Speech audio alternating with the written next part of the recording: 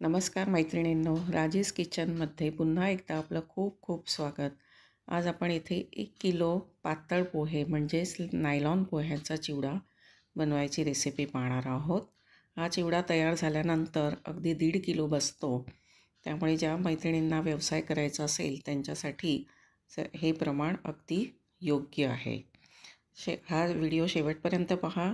अगदी लहान लहान 6 ते 7 टिप्स मी दिलेल्या आहेत, त्या फॉलो केल्यात तर तुमचा चिवडा उत्कृष्ट तर होईलच, पण अगदी संपेपर्यंत म्हणजे जवळजवळ 1 महिना हा असाच कुरकुरीत आणि ताजा राहील. शिवाय ह्या चिवडा बनवताना मी अगदी कमीत कमी तेलाचा वापर केलेला आहे, म्हणजे 1 वाटी फक्त तेल वापरलेलं आहे. त्यामुळे ज्या मैत्रिणी किंवा ज्यांना डाएट फॉलो करत आहेत, कमी तेलकट खात आहेत, त्यांच्यासाठी पण खूपच छान ही रेसिपी आहे. व्हिडिओ शेवटपर्यंत बघा. आवडला तर लाईक, शेअर आणि कमेंट करायला विसरू नका. आता इथे मी 1 किलो पोहे घेतलेले आहेत. हे पोहे मी 1 दिवस उन्हात ठेवले होते, कारण पावसाळा नुकताच संपलेला आहे. त्यामुळे आपले हे सगळे साठवणीतले पदार्थ थोडे दमट असतात. त्यामुळे ऊन दाखवलं की कुरकुरीत होतात लवकर आणि आपल्याला भाजायला पण जास्त वेळ लागत नाही. त्याच्यासाठी दुसरं हे साहित्य मी घेतलेलं आहे फोडणीसाठी: तीळ, जिरं, काळ्या मनुका, खोबऱ्याचे काप करून घेतलेले आहेत. हिरव्या मिरच्या तुमच्या आवडीनुसार कमी जास्त तिखट तुम्हाला जसं आवडतं त्याप्रमाणे घ्यायच्या. पण मिरच्या घेताना नेहमी ताज्याच घ्यायच्या, अशा कडक घ्यायच्या, बसलेल्या घ्यायच्या नाही. एखाद मिरची तोडून बघायची, आतमध्ये अशी पांढरी असली पाहिजे, ज्या बिया काळ्या झालेल्या नसाव्यात. शिवाय हा कढीपत्ता आहे, तोही थोडासा कडक, जी पानं अगदी हिरवीगार झालेली असतात ती घ्यायची, कोवळी पानं घ्यायची नाही, कारण तळल्यानंतर ती मग नरम पडतात कोवळी पानं. 1/2 किलो शेंगदाणे घेतलेले आहेत. 100 ग्रॅम भाजके डाळे घेतलेले आहेत. तर आता आपण मुख्य रेसिपीकडे पाहूया.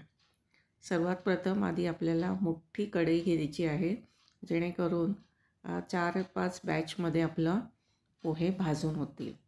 पोहे अगदी मंद गॅसवर आपल्याला भाजायचे आहेत. एक बॅच भाजायला 3 ते 4 मिनटं लागतात. भाजताना वरून थोडंसं मीठ आपल्याला भुरभुरायचं आहे, जेणेकरून ह्याच्यावर एक कोटिंग बसतं. त्याच्यामुळे भाजल्यानंतरही पोहे आसकत नाहीत आणि ते असेच्या असे मोठेच राहतात. तुम्हाला जास्त मिठाचा वापर करायचा नसेल तर तुम्ही तांदळाची पिठी किंवा आपला चिरोटी रवा असतो तो अगदी एक चिमूटभर प्रत्येक बॅचवर असा टाकत राहा. त्यामुळे पोहे तसेच्या तसे अगदी ओरिजिनल त्याची जी साईज असते त्या साईजमध्येच राहतात. तर सगळे पोहे भाजून झाले की हे एका मोठ्या पातेल्यात काढून घ्यायचे आहेत. मोठ्या पातेल्यात काढल्यामुळे काय होतं, आपल्याला जे फोडणी वगैरे टाकायची आहे ती व्यवस्थित आपल्याला सारखी करता येते. व्हिडिओला जर चॅनलला पहिल्यांदाच भेट देत असाल तर सबस्क्राईब करायला विसरू नका, म्हणजे अशा आपल्या मराठमोळ्या रेसिपींचे व्हिडिओज तुम्हाला वेळोवेळी नोटिफिकेशन येत राहतील. तर सगळे माझे 1 किलो पोहे भाजून झालेले आहेत. सुरुवातीला गरम असताना थोडे नरम लागतात, पण जरा 2-4 मिनटांनी तुम्ही चेक केलं तर चांगले कुरकुरीत झालेले असतात. आता आपण याची फोडणी तयार करूया. फोडणीसाठी इथे मी 1 वाटी तेल तापत ठेवलेलं आहे. त्याच्यात लगेचच आपल्याला शेंगदाणे टाकायचे आहेत, कारण तेल कडकडीत करायचं नाही आहे, नाही तर शेंगदाण्याचं काय होतं, वरून मग ते भाजले जातात, करपल्यासारखे होतात, कलर चेंज होतो, पण आतून ते कच्चेच असतात. त्यामुळे लगेच शेंगदाणे टाकायचे आहेत आणि हे असे आपल्याला भाजायचे आहे. गॅस मिडियमपेक्षाही लो ठेवायचा आहे, जास्त मोठा गॅस करायचा नाही आहे. शेंगदाणे भाजायला सगळ्यात जास्त वेळ लागतो याच्यामध्ये. साधारण 2 ते 3 मिनटं नंतर हे बघा लगेच त्याचा कलर चेंज होतो आणि आतपर्यंत छान ते कुरकुरीत होतात. आता हे जे पोहे आपण पातेल्यात काढलेले आहेत त्याच्यावर हे टाकायचे आहेत. एक जिन्नस जसं जसं आपण तळून काढू त्याप्रमाणे ते पातेल्यात टाकायचं आहे. म्हणजे काय होतं, जे एक्स्ट्राचं तेल असतं तेही पोह्यांवर वरच पडतं आणि इतर भांडीसुद्धा तेलकट होत नाहीत. डाळ्याला अगदी लगेचच 1 मिनिटातच भाजून होतात, कारण त्या ऑलरेडी भाजलेल्याच असतात. आता याच्यामध्ये खोबऱ्याचे काप, काळ्या पाठीचं खोबरंच घ्यायचं आहे, लाल पाठीचं घ्यायचं नाही आहे. काळ्या पाठीचं खोबरं गोडसर असतं, मऊ असतं आणि खाल्ल्यानंतरही गोड लागतं ते तळल्यावर सुद्धा. हे बघा, असा याचा कुरकुरीत करेपर्यंत हे तळायचं आहे. जर हे असंच कच्चं राहिलं नरम पडतं आणि मग त्याच्यामुळे आपला चिवडाही नरम होतो. त्यामुळे ही विशेष काळजी आपल्याला घ्यायची आहे. खोबऱ्याचे काप तळून झाल्यानंतर काळ्या मनुका टाकायच्या आहेत. त्याही अगदी अर्ध्या मिनटात तेल, कारण आपलं तापलेलंच आहे, अर्ध्या मिनटात त्या छान अशा बघा फुकून वर येतात.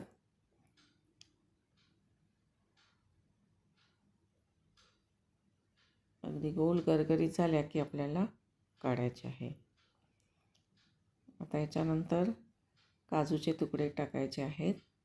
हे ऐच्छिक आहेत, तुम्हाला टाकायचे असतील तर तुम्ही टाकू शकता, नाही टाकले तरी काही फरक पडत नाही.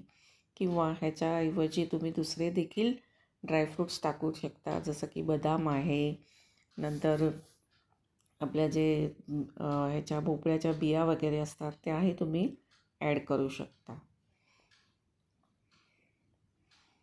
आता सगळी जिन्नस आपली तळून झालेली आहे. आता मुख्य फोडणी करायची. तेल चांगलं तापलेलंच आहे. याच्यात 2 चमचे जिरं, राईसुद्धा तुम्ही घालू शकता, पण मी राई घालत नाही, कारण कधी कधी काय होतं, राईत एखादा असा खडा असतो तर मग त्याच्यामुळे अगदी आपण चिवडा खाताना तो नेमका तोंडात गेला तर सगळं चिवड्याची मजा निघून जाते. 2 मोठे चमचे तीळ, कढीपत्ता, मिरच्या. आता हे सगळं अगदी 2 मिनटं चांगलं परतवायचं आहे. कारण मिरच्यामध्ये जे मॉइश्चर असतं आणि कढीपत्त्यामध्ये मॉइश्चर असतं ते पूर्ण निघालं पाहिजे, चांगले कुरकुरीत झाले पाहिजे. त्याच्यावर मी 2 चमचे हिंग टाकला आहे. आता मीठ टाकायचं आहे आणि आपल्याला गॅस बंद करायचा आहे, कारण आपलं तेल आणि कढई चांगलीच तापलेली आहे, तर त्या गरमाच्या ह्याच्यामध्येच आपली फोडणी छान शिजते. नाहीतर गॅस चालू ठेवला तर ती करपण्याची शक्यता असते. आता गॅस बंद केल्यानंतर ह्याच्यावर 2 मोठे चमचे हळद टाकायची आहे. जर आपण गॅस चालू असताना जर हळद टाकली तर हळदीचा कलरही चेंज होतो आणि फोडणीही करपते. आता जे आपण पोहे मोठ्या पातेल्यात घेतले होते ते सरळ आपल्याला ज्या डब्यात स्टोअर करायचे आहे त्या डब्यात ट्रान्सफर करायचे अर्धा भाग, आणि त्याच्यावर आता ही आपण जी फोडणी बनवली आहे ती त्याच्यावर फोडणी टाकायची.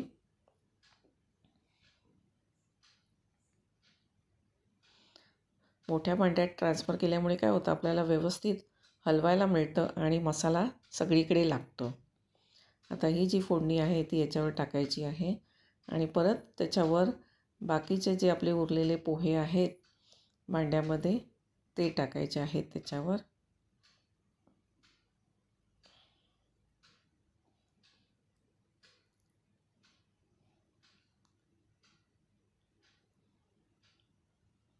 अशा प्रकारे जर आपण केलं ना तर सगळीकडे मसाला एकसारखा आणि कमी वेळात लागतो, आपल्याला जास्त मेहनत करावी लागत नाही. अशा प्रकारे डबा वर खाली हलवला की मसाला सगळीकडे हलतो आणि थोडंसं हलक्या हाताने फिरवायचं आहे. जास्त त्याला चोळत बसायचं नाही आहे, कारण अगदी पोहे आपले क्रिस्पी झालेले आहेत, पटकन ते तुटतात. म्हणजे कसं भुगा होतो, नाही तर मग असं हलक्या हाताने आधी फिरवायचं आहे आणि मग एखादा मोठा उलथणा किंवा झाऱ्याने त्याला वर खाली करायचं आहे.